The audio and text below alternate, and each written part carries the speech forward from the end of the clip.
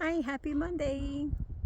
Good morning. I am out here walking. Thanks for stopping by my channel, Whispers in the Moonlight. And today I thought I'd share my time in boarding school in the 70s. And there's a lot of different stories about Native American boarding schools out there, people with many different experiences. And I'm only going to share my experience because I don't know how everyone else's experience was. I mean, there were a lot of kids that went to school with me during that time, and they have their own unique experiences. I'm out here by the lake and it's windy. I didn't realize it was going to be this windy. So,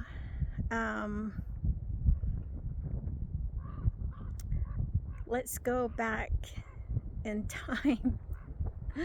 Let's rewind back in time to the 70s. So, I will give you a view of where I'm walking as I'm talking, and hopefully the wind doesn't cut me out too much. Okay, so I hope everyone is doing good out there. I really hope you're having a wonderful start of your week, and I hope that you have a wonderful rest of your week. So let me just go ahead and pull around. That's the front where I'm going. This is the back. That's the lake behind me. So far I've walked a little bit of a ways, but let's start walking this way so we can walk back towards where I started from this earlier today. Beautiful day, probably in the mid-50s, windy. We might have some rain later this week, and hoping that we do. All right, let's get started. So I went to school several places. My parents did move sometimes, so we didn't always stay in the same place. But here we go. I started boarding school when I was 6 years old. Only 6 years old I was, oh my gosh. And it was 1977 when I started. The name of the school was Toyei Boarding School.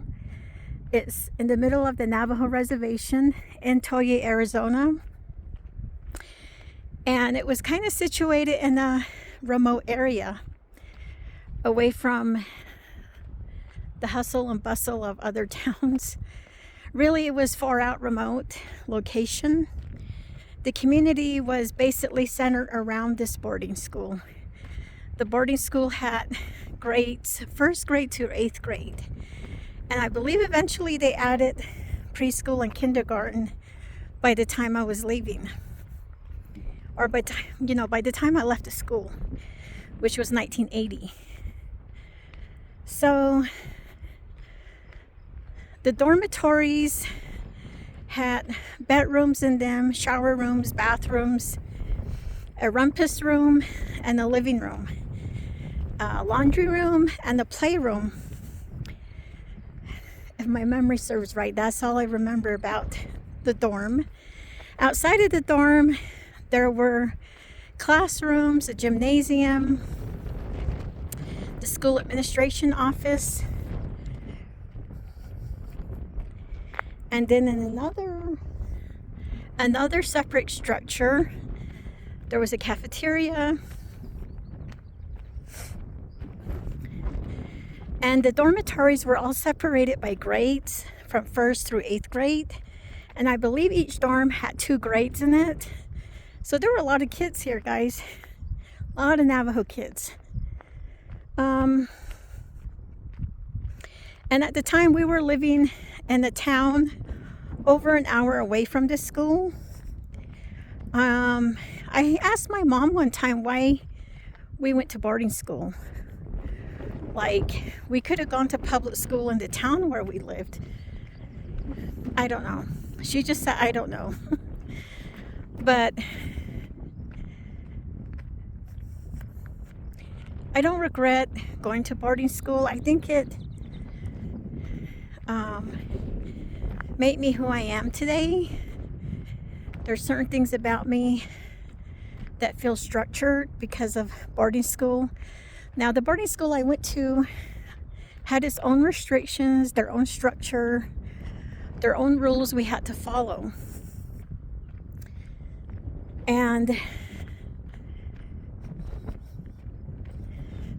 my experience there was a humble one.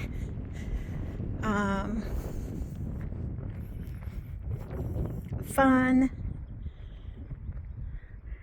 sad, lonely at times, and all about making friends, meeting people, meeting other kids that are the same tribe as me. They were all Navajo, but they lived in various parts of the reservation. And we were kind of unique because we came from a town. We didn't live on the reservation at that time. My parents lived in a small town over an hour away. There's the clouds. Maybe I'll put it, yeah, I have to keep it in front of me. So, let's see. Rewind back to 1977. Okay. I remember starting school with a suitcase. My mom and dad packed a suitcase for me with clothing, shoes, and toiletry items.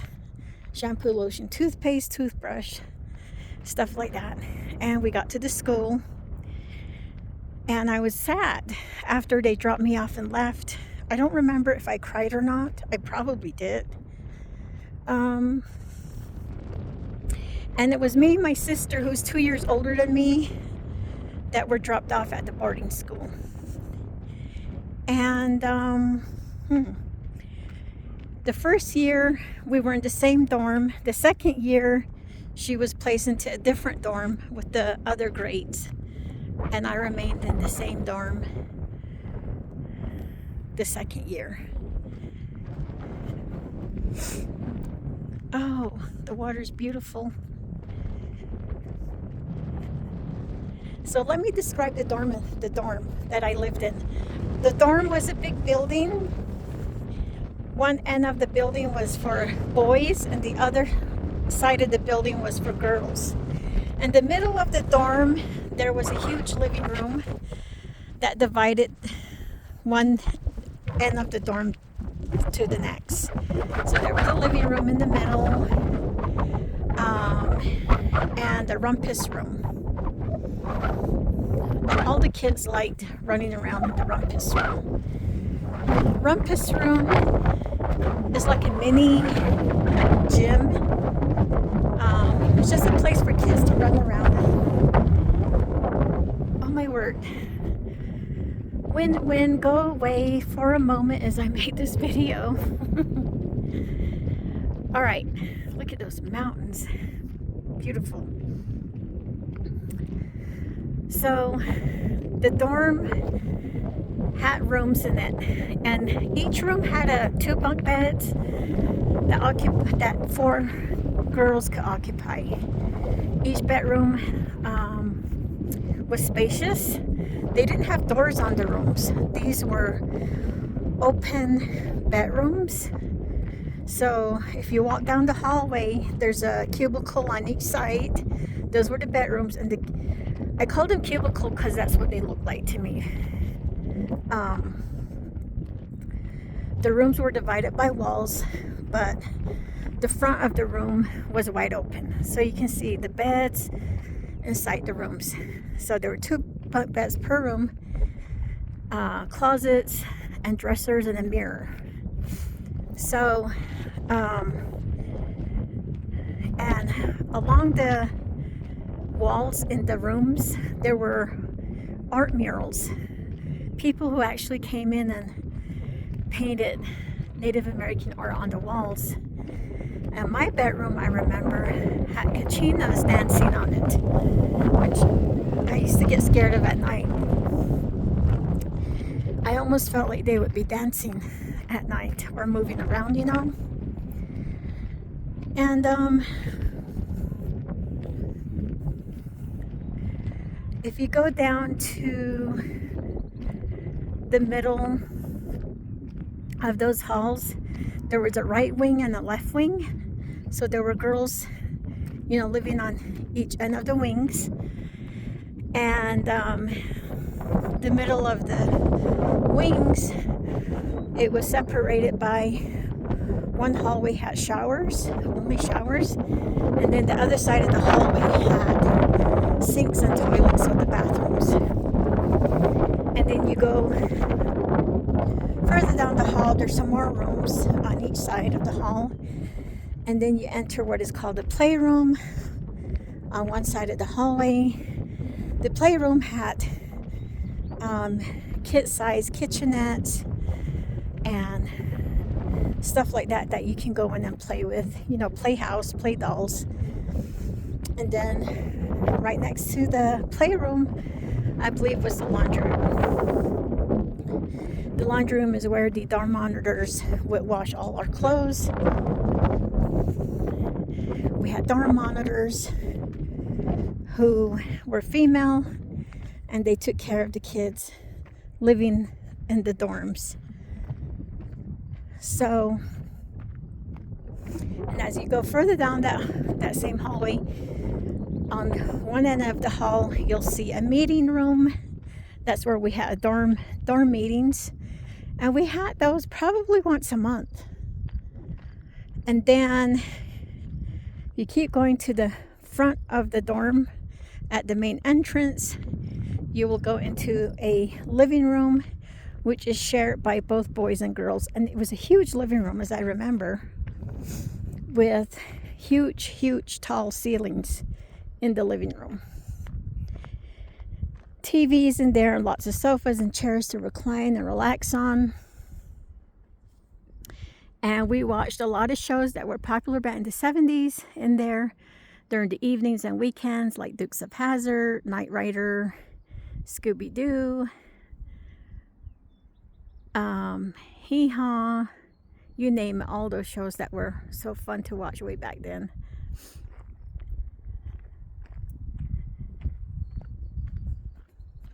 So that was the dorm.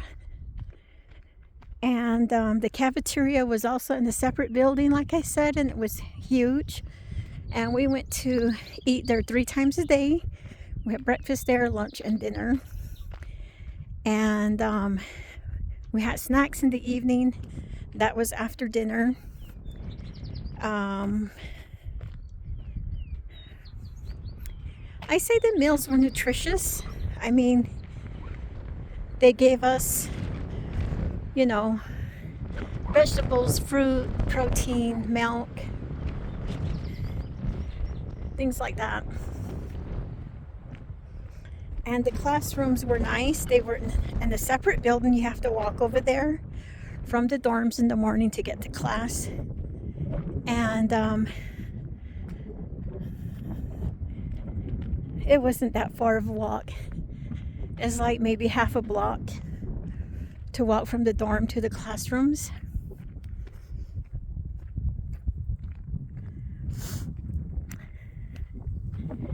And let's see, let me go into the daily routines. Okay, so like I said, they have their restrictions in these dormitories and boarding schools. Light comes on at 6 a.m. and all the lights in the rooms that up and down the hall will go on. And you hear a dorm monitor yelling, "Time to get up, time to get up. Get ready, get ready." She'll be walking up and down the hall saying that. All the kids get up, go to the bathroom, wash up, take a shower. Actually, before you go to the shower, you do have to walk down to the office, which is near the meeting room where the monitor sat. And you go down there and you have a little box with your name on it. You go in there and you grab your clean clothes for the day. Your clothes were picked out, so they chose what you're going to wear that day. And that's the part I really didn't like, is wearing the clothes they picked out for me. Because sometimes I didn't like what they chose. But the 70s era was all about plaid and bell bottoms, and we all wear those.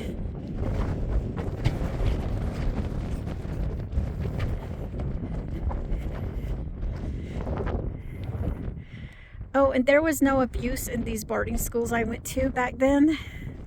I believe a lot of the abuse that happened in the Native American boarding schools happened prior to 1977. When I was enrolled and attended, there was no abuse going on. However, we were not taking any courses to learn our language. That was not being offered yet. I believe it is offered all over the Navajo reservation now for children to learn the language if they have not learned to speak it yet. So during that time, there were no Navajo language classes. Everything taught at the school, the curriculum was in English. It was just a regular American school. And that's one thing I wish they did have back then, was to teach us our language, because my parents only spoke English to us. Like I said, they lived a lot of their lives off of the reservation, so they thought the best thing to do was to talk to us in English and not our own language. That's one thing I wish they had offered at the time. So I do speak Navajo, but I'm not very fluent. I can speak some of it and understand it as well. Okay, so in the morning you get up, you get ready for the day. Like I said, you get your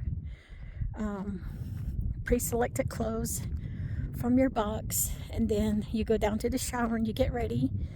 Once you're done getting ready, there are chores, which they call details.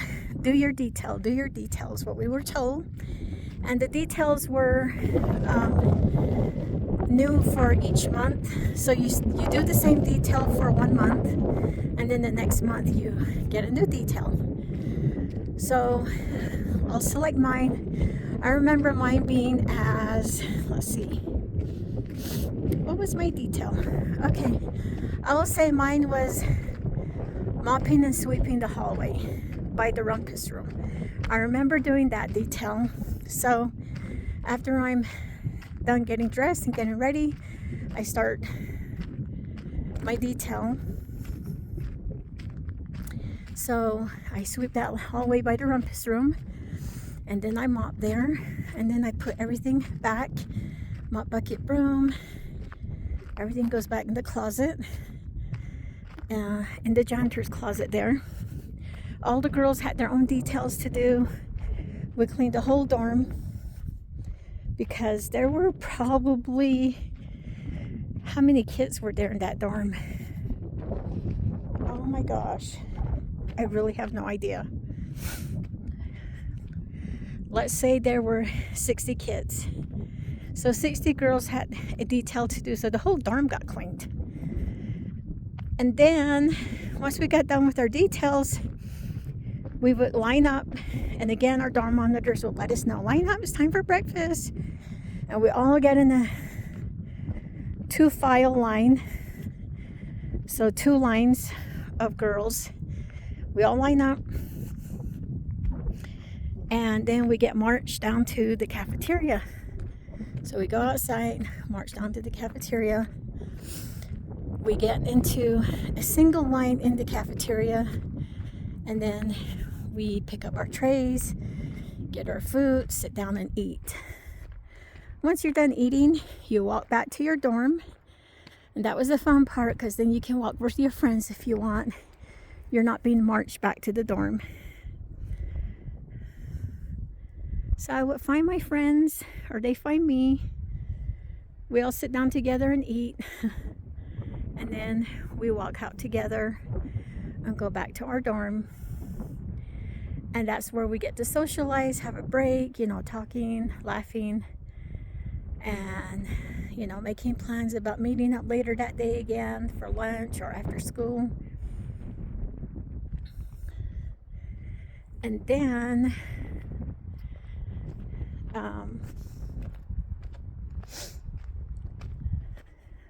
oh, it got cold. My nose is running from the cold. And I'm walking uphill now. I gotta walk up.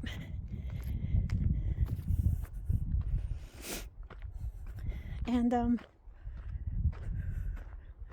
once we get back to the dorm, if you didn't finish your detail, you start finishing it then. And then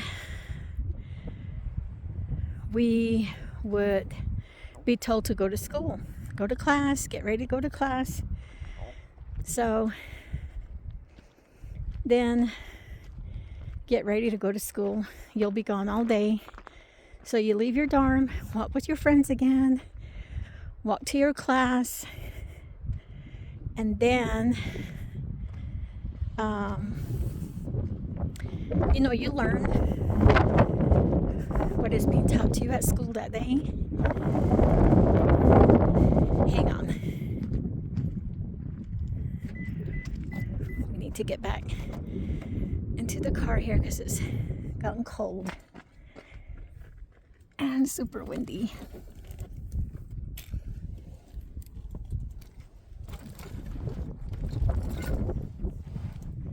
Woo! Okay. So then, let me roll down my windows.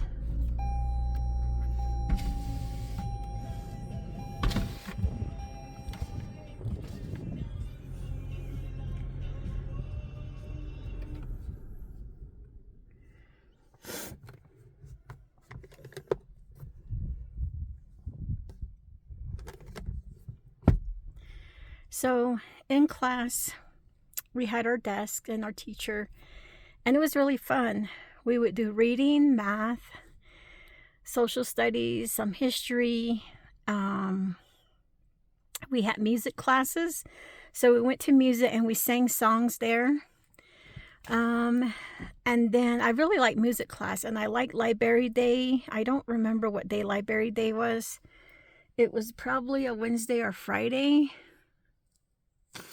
And our librarian would read stories to us, which I believe is where I really got into ASMR, because just the sound of the pages turning and the voice reading the stories to us would kind of put me in a state of complete relaxation. And I would get tingles on my arms and my neck when they're flipping the pages of the book and reading. So I believe that's where I felt my first ASMR, and I love ASMR to this day. And I watch a lot of ASMR channels, just so you know. All right. And then the end of the day, lunch would come, and our teacher would tell us, okay, let's get ready to go to lunch. And we get in the line again, and we'd be marched down to the cafeteria for lunch. After lunch, again, we walk back to the classroom. And if you're in first grade, I believe you were marched. No, you didn't go straight back to class after your lunch. You would walk back to the dormitory. That's right. You walk back to the dormitory and you have a nap. I don't think kids are doing that today. So we would go back to our dorm and we would all have a nap, and we were told to go in straight into the living room, and we would all lay down like sardines on the living room floor, and we'd be told to take a nap. And I don't remember how long our naps were. Maybe 20 minutes, 30 minutes, I'm not sure. And we'd lay there and we'd just all be napping. And then the dorm monitors would tell us, okay, you can get up, you go back to class. And all the kids would get up, and then we go back to our classes and resume class till, I believe we used to go to class until 3 o'clock. By 3 o'clock, we get out of class, and then we walk back to the dorms. And then